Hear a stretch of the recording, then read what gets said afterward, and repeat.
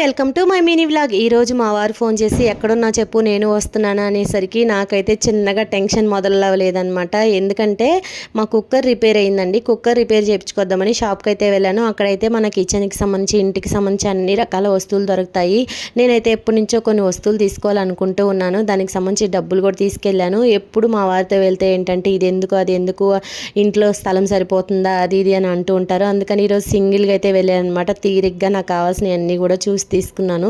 తీరా తీసుకొని బిల్లు వేయించుకునే టయానికి మా వారైతే ఫోన్ చేశారు, ఎక్కడున్నా చెప్పు నేను వస్తానని చెప్పి. ఇంకా నా టెన్షన్ చూశారు, చిన్నగా అవ్వలేదన్నమాట. ఎందుకంటే ఆ ప్యాకింగ్లు అన్నీ చూసి ఏమంటాడో ఏమని చాలా భయపడ్డాను. తీరా వచ్చిన తర్వాత అనుకున్నాను, ఎంతసేపు చేస్తున్నావంటే ఏదో ఒకటి షాపింగ్ చేసి ఉంటావని అనుకున్నాను చెప్పి కూల్గా అయితే అన్నాడనమాట. నిజంగా మీ ఇంట్లో మీ హస్బెండ్స్ కూడా ఇంతేనా? కమెంట్ చేయండి. ఇంక ఇంటికి వచ్చిన తర్వాత వేడివేడి అన్నంలో నెయ్యి పప్పు వేసుకొని తిని పిల్లలకైతే పెట్టాను అనమాట. వీడియో నచ్చితే లైక్ చేయండి, ఛానల్ని సబ్స్క్రైబ్ చేయండి. బాయ్.